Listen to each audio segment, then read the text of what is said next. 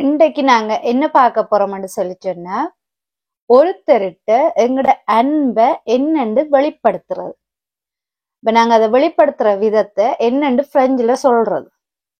சுருக்கமா சொல்ல போனா, இப்ப லவ் என்னன்னு ப்ரப்போஸ் பண்றேன்னு சொல்லி சுருக்கமா சொல்லல.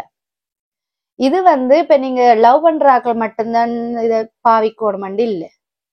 உங்களோட அன்பு யார் மீது அதிகமா இருக்கும். இப்ப உதாரணத்துக்கு அம்மா அப்பா மேல, இல்ல அண்ணா அக்கா மேல, தம்பி தங்கச்சி மேல, இல்ல உங்களோட ஃப்ரெண்ட்ல யார்ல வேணுமென்றாலும் உங்களுக்கு அன்பு அதிகமா இருக்கலாம். அப்படிப்பட்ட அன்பு அதிகமா இருக்கிறத இப்ப அந்த ஆட்களுக்கு நாங்க என்னன்னு அதை வெளிப்படுத்துறது. இப்ப கூடுதலும் நீங்க தமிழ்ல சொல்லியிருப்பீங்க, இங்கிலீஷ்ல சொல்லியிருப்பீங்க. இப்ப நீங்க என்ன செய்யணும், பிரெஞ்சுல சொல்லி பார்க்கணும். அதுக்காகத்தான் நான் இந்த வீடியோ உங்களுக்கு போடுறேன். வித்தியாசமா ட்ரை பண்ணி பாருங்க. நடுக இங்கிலீஷ்ல சொல்லியிருப்பீங்க, தமிழ்ல சொல்லுங்க. இந்த தடவை நீங்க உங்களோட அன்பை வெளிப்படுத்த போறீங்கன்னு சொன்னா அதை பிரெஞ்சுல சொல்லி பாருங்க. அதுக்காக உங்களுக்கு நான் 10 ஃப்ராஸ் கொண்டு வந்திருக்கிறேன். என்னண்டு இன்னொரு ஆள்கிட்ட எங்களோட அன்பை வெளிப்படுத்துறது. கணவன் மனைவியா கூட இருக்கலாம், இல்ல அம்மா பிள்ளைகளா கூட இருக்கலாம், அப்பா பிள்ளைகள் ஆரண்டான்னு நீங்க இந்த ஃப்ராஸை பாவிக்கலாம். ஒரு பிரச்சனையும் இல்லை. லவ்வர்ஸ் மட்டும்தான் பாவிக்கணும் அந்த கட்டாயமான அப்படி ஃப்ராஸ்களை நான் உங்களுக்கு சொல்லல. உங்களுக்கு பொதுவான அன்பை எப்படி வெளிப்படுத்துறது, அது நீங்க சொல்ல போற நபரை அதை எடுத்துக்கொள்ற விதம். இப்ப நீங்க உங்களோட லவ்வர்ட்டான்னு சொல்றீங்கன்னு சொன்னா அதை அதுக்கேற்ற மாதிரி எடுத்துக்கொள்ளுவீங்க. அப்படியான ஃப்ராஸ்களைத்தான் நான் உங்களுக்கு சொல்லி தரப்போறேன். அது என்னன்னு சொல்லி பார்க்கறதுக்கு முதல் கொஞ்சம் வொக்காபுலரி பார்ப்பேன். அன்பு சம்பந்தமா வொக்காபுலரி கொஞ்சம் பார்த்துட்டு அதுக்கு பிறகு கடைசியில அந்த 10 ஃப்ராஸையும் உங்களுக்கு நான் சொல்லுவேன். நான் ஃப்ராஸ் சொல்லி முடிச்ச பிறகு நீங்க இதுல எந்த ஃப்ராஸை நீங்க யூஸ் பண்ண போறீங்கன்னு சொல்லி எனக்கு கமெண்ட்ல சொல்லுங்க. அது நீங்க நம்பர்ஸ் இத்தனையாவது நம்பர் ஃப்ராஸ் என்றாலும் ஓகே, இல்ல நீங்க அந்த ஃப்ராஸை ஃபுல்லா கமெண்ட்ல எழுதினாலும் ஓகே. எப்படி என்றாலும் நீங்க எந்த ஃப்ராஸை உங்களுடைய அன்புக்குரியவர்கிட்ட இல்லாட்டி அன்புக்குரியவர்கிட்ட நீங்க சொல்ல போறீங்களோ அதை எனக்கு கமெண்ட்ல எழுதுங்க. இப்ப நாங்க அன்பு சம்பந்தமான வொக்காபுலரிஸ் கொஞ்சம் பார்ப்போம். அதுல முதலாவதாக அமூர். அமூர் என்றா என்ன? அன்பு, காதல், லவ். எப்படி என்றாலும் அமூர் என்றா காதல். அடுத்தது எமே. எமே என்றா விருப்பம். அடுத்தது கேர். கேர் என்றா என்ன? இதயம். கேர் என்றா இதயம். பேஷன். பேஷன் என்றா ஒரு மிகுந்த ஆர்வம், ஒரு ஆள்ல ஒரு அதீத பாசத்தை தான் சொல்றது பேஷன். அடுத்தது ரொமான்டிக். ரொமான்டிக் இது எல்லாருக்குமே தெரிஞ்சிருக்கும். ரொமான்டிக் என்றா ரொமான்ஸ் என்றது எல்லாருக்கும் தெரிஞ்சிருக்கு. கூப்ள். கூப்ள் என்றா சோடி. இப்ப ஒரு கணவன் மனைவி ஒரு சோடி, இப்ப லவ் பண்றாக்கண்டா ஒரு சோடியை தெரிஞ்ச கூப்ள். அடுத்தது பிசு. பிசு என்ற முத்தங்கள், முத்தம். அது இப்ப எந்த விதமான முத்தமா இருக்கலாம். பிசு என்ற முத்தம். அடுத்தது கலா. கலான்னு சொன்னா கட்டி பிடிக்கிறது. இது இப்ப பிசு கலா எல்லாம் நான் முதலே சொன்ன மாதிரி நாங்க எந்த நபர்கிட்ட அதை வெளிப்படுத்துறோமோ அதுக்கேற்ற மாதிரி வேறுபடும். இப்ப இது இப்ப கலா பிசு எல்லாம் ஐயோ இல்ல நாங்க லவ்வர்ஸ்கிட்ட மட்டும்தான் சொல்ற வார்த்தைகள் இல்ல. நாங்க இப்ப ஒரு குழந்தைகள்கிட்ட சொன்னா கூடி எனக்கு கலான்னு சொன்னா கூடி அவ என்ன செய்யணும், ஓடி கட்டி பிடிக்கணும்.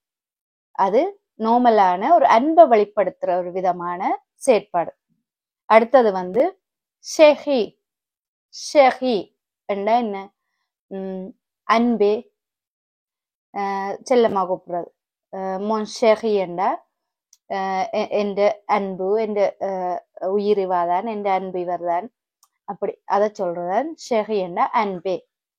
இப்படி நிறைய vocabularies இருக்கு. ஆனா உங்களுக்கு இப்ப நான் கொஞ்சம் தேவையான vocabulary மட்டும்தான் நான் உங்களுக்கு சொல்லி தந்திருக்கிறேன். அடுத்தது அந்த 10 phrase என்னன்னு பார்க்கறதுக்கு முதல் உங்களுக்கு பிரெஞ்சு வந்து ஒரு மாதத்துல நீங்க ஃப்ளூவெண்டா கதைக்கணும்னு சொன்னா என்னட்ட பெய்டு கோச்சிங் வர விருப்பமா இருந்ததுன்னு சொன்னா என்ற மெயில் ஐடிக்கு நீங்க மெயில் பண்ணுங்க. அதே மாதிரி டெல்ஃப் எக்ஸாம் டெல்ஃப் ஆது பேஆக்கு நீங்க ப்ரிப்பேர் பண்ணி நல்ல மார்க்ஸ் எடுத்து பாஸ் பண்ணணும்னு நினைச்சா கூடி என்ற மெயிலுக்கு நீங்க மெயில் அனுப்புங்க. இப்ப அந்த 10 ஃப்ராஸும் என்னன்னு சொல்லி பார்ப்போம். முதலாவது வந்து je t'aime je t'aime என்றா நான் உன்னை நேசிக்கிறேன் இல்லாட்டி ஐ லவ் யூ என்றது அர்த்தம் தான் je t'aime. அடுத்தது வந்து je tiens à toi je tiens à toi என்றா என்ன உன்னிலதான் நான் தங்கி இருக்கிறேன் என்ற எல்லாமே எனக்கு நீதான் என்றத அர்த்தம் je tiens à toi. அடுத்தது வந்து je suis fou de toi je suis fou de toi என்றா என்ன உன்னில நான் பைத்தியமா இருக்கிறேன்ன்றது அர்த்தம். நிறைய இது வந்து நிறைய படங்கள்ல கேள்விப்பட்டிருப்போம் இல்ல நிறைய ஆக்கள் கதைச்சு பார்த்திருக்கிறோம். இது வந்து பிரெஞ்சிலேயுமே இருக்கு je suis fou de toi. இதே வந்து இது masculin. ஃபெமினான்னு சொன்ன je suis folle de toi je suis folle de toi என்ற உன்னில நான் பைத்தியமா இருக்கிறேன். அடுத்தது வந்து tu es tout pour moi tu es tout pour moi என்ற எனக்கு எல்லாமே நீதான் எனக்கு எல்லாமே நீதான் என்றது அர்த்தம் தான் tu es tout pour moi. அடுத்தது வந்து je t'apprécie énormément je t'apprécie énormément என்றா என்ன உன்னை நான் முழுவதுமா ஏற்றுக்கொள்றேன் உன்னை நான் முழுவதுமா ஏற்றுக்கொள்றேன்னு சொல்றது je t'apprécie énormément.